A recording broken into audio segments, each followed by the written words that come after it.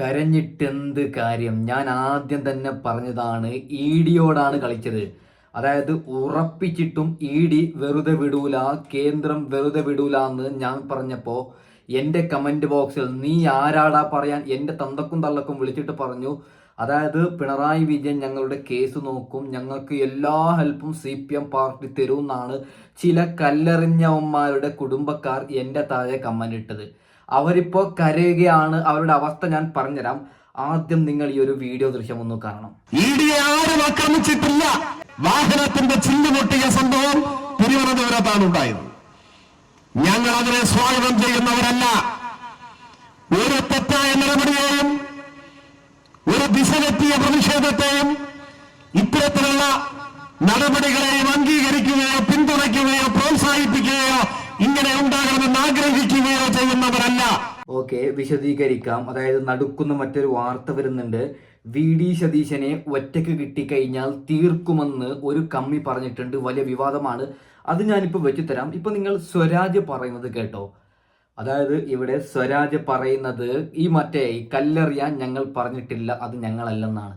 എറിഞ്ഞവരെ നിങ്ങൾ ആരായി?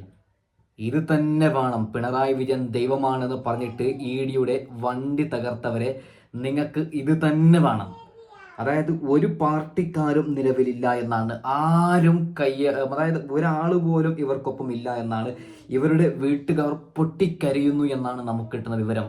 ജയിലിൽ നിന്ന് ചില സഖാക്കളുടെ അവസ്ഥ എന്ത്? നിങ്ങൾ ഇതൊന്നും കേൾക്കണം. എനിക്ക് പറഞ്ഞാൽ ഈ കേസിൽ അറസ്റ്റിലായ സഖാക്കൾ ദീർഘകാലം ജയിലിൽ കിടക്കേണ്ട സാഹചര്യം രൂപപ്പെടുന്നു. ജയിലിൽ നിലവിളിയും നെഞ്ചത്തടിയും പദം പറച്ചിലുമാണ് സംഭവിക്കുന്നത്. അറിയാതെ പെട്ടുപോയതാണ്, ഞങ്ങളെ ഇങ്ങനെ ക്രൂശിക്കരുത് എന്നൊക്കെ ജയിലിൽ കിടന്നുകൊണ്ട് സഖാക്കൾ കരഞ്ഞു പറയുന്നു എന്നാണ് റിപ്പോർട്ട്. 10 വർഷം പിണറായി ഭരിച്ചിരുന്ന കാലത്ത് ആരും തന്നെ ജയിലിൽ പോകുമായിരുന്നില്ല. അഥവാ ആർക്കെങ്കിലും ജയിലിൽ പോവേണ്ടി വന്നാൽ ഉടനടി അവരെ പുറത്തിറക്കും. ഓക്കെ, നിങ്ങൾ ഇത് കേട്ടോ. അതായത് കരയുകയാണ് ജയിലിൽ സഖാക്കൾ. ഇനി മേളിൽ പിണറായി വിജയനല്ല MV ഗോവിന്ദന് ആരെങ്കിലും തല്ലിക്കൊല്ലുന്നുണ്ടെങ്കിൽ ഞങ്ങൾ പോവില്ല എന്നാണ് സഖാക്കൾ പറയുന്നത്.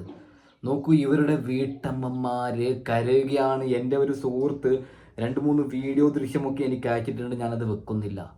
അതായത് അമ്മമാരുടെ കണ്ണീർ ഞാൻ വെക്കുന്നില്ല. വേറെ ചിലർ അത് എടുത്തിട്ട് വലിയ വിവാദമാവും, കേസായി കഴിഞ്ഞാൽ എനിക്കും പോകേണ്ടി വരും. അതുകൊണ്ട് ആ വീഡിയോ ദൃശ്യം ഞാൻ വെക്കുന്നില്ല. അതായത് മെയിനായിട്ടുള്ള 5 പ്രതികളുടെ അമ്മമാർ കരയുകയാണ്. അവർ പറയുകയാണ്, എന്തിനാണ് ദൈവമേ ഞങ്ങളുടെ മകന് ഇങ്ങനെയുള്ള ബുദ്ധി നീ കൊടുത്തത്? ആരും തിരിഞ്ഞു നോക്കുന്നില്ല എന്നാണ്. CPMന്റെ വലിയ ഓഫീസിലേക്ക് നിരന്തരം പോകുന്നുണ്ട്, പക്ഷെ ഒന്നിനും ഒരു മനുഷ്യന്മാരും മൈൻഡ് ചെയ്യുന്നില്ല എന്നാണ്. എന്തിന് കല്ലെറിയാൻ പോയി? നിങ്ങളുടെ മക്കൾ എന്തിനാണ് ഞങ്ങളുടെ പാർട്ടിയുടെ പേര് പറഞ്ഞിട്ട്, ഞങ്ങളുടെ വലിയൊരു നേതാവിൻ്റെ പേര് പറഞ്ഞിട്ട് എന്തിനാണ് ഇഡിയുടെ വണ്ടിയുടെ ചില്ല് തകർത്തത് എന്നാണ് CPMകാർ ചോദിക്കുന്നത്. വേണോ? തകർത്തവന് വേണോ? ഞാനൊരു കാര്യം പറയാം. ബംഗാളിൽ ഇതേ ഒരു സംഭവം നടന്നിട്ടുണ്ട്. അതായത് ഈ പറയുന്ന ഇഡിയുടെ വണ്ടി തൃണമൂൽ കോൺഗ്രസ് പ്രവർത്തകർ ആക്രമിച്ചതാണ്. അവരാരും ഇന്നവരെ പുറത്തിറങ്ങിയിട്ടില്ല എന്നാണ്. കണ്ടാലറിയുന്ന 300 പേർക്കെതിരെയാണ് കേസെടുക്കുന്നത്. നമുക്ക് വേണോ പൊന്നുമക്കളെ? ആ 325 പേർക്ക് ഉറപ്പായിട്ടും ജാമ്യം ഒരു കാലത്തും കിട്ടൂല എന്നാണ് ചിലർ പറയുന്നത്. വേണോ? പിണറായി വിജയൻ നിങ്ങളുടെ കുടുംബത്തിന് കൊടുക്കോ? നിങ്ങൾക്ക് നാണമുണ്ടോ? പിണറായി വിജയന് മാസാമാസം പൈസ വരുന്നുണ്ട്, പ്രതിപക്ഷ നേതാവ് അധികം പറഞ്ഞു. നിങ്ങൾക്ക് എന്തെങ്കിലും വരുന്നുണ്ടോ? കല്ലെറിഞ്ഞ ചങ്ങായിമാർക്ക് ഒരു ഗ്ലാസ് ചായ പോലും കൊടുക്കുന്നില്ല എന്നാണ്. പിന്നെ എന്തിൻ്റെ ഭ്രാന്താണ് ഈ ഒറ്റകൾക്ക്? ഓക്കെ, നമ്മുടെ VD സതീശന് നേരെ, അതായത് VD സതീശനെ ഒറ്റയ്ക്ക് കിട്ടിക്കഴിഞ്ഞാൽ കൊല്ലും എന്നാണ് പറയുന്നത്. അതിനു മുമ്പ് VV രാജേഷ്, തിരുവനന്തപുരം കോർപ്പറേഷൻ ഭരിക്കുന്ന BJPയുടെ VV രാജേഷിനെതിരെ കല്ലേറാണ്. അതായത് തിരിഞ്ഞു നോക്കുന്നില്ല. ഭരണം കിട്ടിയതിന് ശേഷം തിരിഞ്ഞു നോക്കുന്നില്ല VV രാജേഷ്. നിങ്ങൾ അവിടെ ദൃശ്യം കാണണം. ഓക്കെ, നഗരസഭയും സർക്കാരും എല്ലാം കൃത്യമായി, എല്ലാം നമ്മുടെ LDF സർക്കാർ സമയത്ത് കൃത്യമായി വൃത്തിയാക്കും, ഇതുപോലെ കെട്ടിയടയ്ക്കും. ഈ പ്രാവശ്യം വരുന്ന 1 മാസമായി ഇതുപോലെ പൊട്ടിച്ചതിനകത്ത് JCB ഇറക്കി ഇതെല്ലാം ചവിട്ടിക്കലക്കി വിട്ടിട്ട് നേരെ കെട്ടാതെ പോയി. ഇതെല്ലാം ഇവിടെ ഇട്ടിട്ട് പോയി. ഇതേ ലെവലിനാണ് വെള്ളം വരുന്നത്. അപ്പോൾ ഇന്നിപ്പോൾ ഇത് ഇല്ലാത്തതുകൊണ്ട് വെള്ളം മുഴുവൻ വഴി പഴവങ്ങാടിയിലും കിഴക്കേക്കോട്ടിലും മൊത്തം ഈ ചെളിയും ഈ മാലിന്യം മുഴുവൻ പോയത്. സാധാരണ ഇവിടെ പഴവങ്ങാടി വെള്ളം കെട്ടാറില്ല. ഇത് ശരിക്കും പറഞ്ഞ് നഗരസഭയും സർക്കാരും ഈ ഇപ്പോഴത്തെ UDF സർക്കാരും കാണിച്ച ഏറ്റവും വലിയ അനാസ്ഥയാണ് ഈ സാധനം. ഇത് ഓട ശരിയാക്കിയത് കണ്ട എന്തിനു ചെയ്യാൻ? നമ്മൾ വെള്ളത്തിൽ കിടന്നതാ നീന്തുന്നു. 2-3 മണിക്കൂറായി വെള്ളം ഇങ്ങനെ വന്നിട്ട് ഓടകൾ പൊട്ടി മാലിന്യ വെള്ളമായി. ജനങ്ങൾക്ക് ഇതിനകത്തില്ലാത്ത രോഗങ്ങളും അസുഖങ്ങളും ഉണ്ടാവും. അതിനാരും ഇതിന് ഒരു ഇതുണ്ടായില്ല. ആരും കോർപ്പറേഷൻ വരികയോ പിന്നെ അധികാരികളൊന്നും ഇതിന് ഇതുവരെ ബന്ധപ്പെട്ടില്ല. 2-3 മണിക്കൂറിൻ്റെ ജനം കിടന്ന് വലയുക. ഇതാണ് ഈ മാലിന്യ വെള്ളങ്ങളാണ്. ഓട പൊട്ടിയിറങ്ങിയ വെള്ളമാണ്. കടൽ പോലെ വന്ന് ഇവിടെ മൊത്തം ബസ്സുകളും പോയ സ്റ്റാൻഡ് മൊത്തം വെള്ളക്കെട്ടുകൊണ്ട് നിൽക്കാൻ പറ്റാത്ത അവസ്ഥയായിപ്പോൾ. ഭയങ്കര വെള്ളപ്പൊട്ട്. മാലിന്യം പോകാനുള്ളൊരു സംവിധാനം ചെയ്യുക. ഇത്രയും ജനങ്ങൾ തിങ്ങി പാർക്കുന്നു. രണ്ടാമതെന്ന് പറഞ്ഞാൽ പൊടി മക്കളെ വരെ ഇവിടെ കൊണ്ടുവന്ന് നിർത്തുന്നതാണ്. എന്നാൽ കാലൊക്കെ ചൊറിഞ്ഞിട്ട് ഇവിടെ നിൽക്കാൻ പോലും വയ്യാത്ത ഒരവസ്ഥ. വി രാജേഷ്, നീ ഇത് കാണുന്നില്ലേ? നീ ജയിക്കുന്നതിന് മുമ്പ് എന്താണ് പറഞ്ഞത്? ജനങ്ങൾക്ക് വേണ്ടി ഞാൻ പ്രവർത്തിക്കുന്നല്ലേ? ഇപ്പോൾ എന്തുകൊണ്ടാണ് വി രാജേഷ് തിരിഞ്ഞു നോക്കുന്നില്ല? മുമ്പ് അതായത് CPM ഭരിക്കുന്ന സമയത്ത് ഇങ്ങനെയുള്ള പ്രശ്നങ്ങളൊന്നും വരില്ലായിരുന്നു. വി രാജേഷ് തിരിഞ്ഞു പോലും നോക്കുന്നില്ല. നിങ്ങൾ നോക്കൂ, വി രാജേഷിന് വോട്ടിട്ടവർക്ക് ഒരു വീഡിയോ ക്ലിപ്പ് ഞാൻ വെച്ച് തരാം. ബബ്ബ പഠിക്കുകയാണ് വി രാജേഷ്. വെള്ളമൊക്കെ വരുന്നത് കോർപ്പറേഷൻ ഉടമസ്ഥരുടെ ഓർഡറിൽ നിന്നല്ല. ഞങ്ങളതിൽ നിന്ന് ഒഴിഞ്ഞു മാറുകയല്ല, മറിച്ച് വസ്തുത മനസ്സിലാക്കണം. 101 വാർഡുണ്ടല്ലോ, 101 വാർഡുകളിലും ശുചീകരണ പ്രവർത്തനം 1.5 മാസം മുമ്പേ ആരംഭിച്ചിട്ടുണ്ട്. എടാ, ഒരു കാര്യം പറയാം, ഞാനല്ല, നീ ഞങ്ങളതല്ല. എന്തൊന്നാണ് നാണമുണ്ടോ? നിനക്കാണ് അധികാരം കിട്ടുന്നത്, നീ അതിനെ പരിഹരിക്കണം. നാണവും മാനവും ഇല്ലാത്ത പ്രവൃത്തിയല്ല നീ ചെയ്യേണ്ടത്. ഓക്കെ വി രാജേഷിന്റെ അടുത്തൊരു വീഡിയോ. ഇവിടെ ഒരു വെന്റിലേഷൻ ഇല്ലാതെ എങ്ങനെ എന്താണ് ഞാൻ ചോദിച്ചത്? ഞാൻ ചോദിച്ചോളാം. പുറകിൽ കട കിട്ടിയ ഞങ്ങളല്ലല്ലോ, നിങ്ങളല്ലേ? ഞാനില്ലേ ചേട്ടാ ചോദിക്കാം. ചേട്ടാ, പുറകിൽ കട കിട്ടിയത് നിങ്ങളാണല്ലോ. അപ്പൊ നിങ്ങൾ എഞ്ചിനീയർമാർ വെന്റിലേഷൻ കൂടെ ചിന്തിച്ചില്ലേ? നിങ്ങളുടെ വീട്ടിലോ നിങ്ങളുടെ സ്ഥാപനത്തിലോ നിങ്ങൾ ചെയ്യുന്ന വെന്റിലേഷൻ ചെയ്യൂ. You are answerable. അല്ല,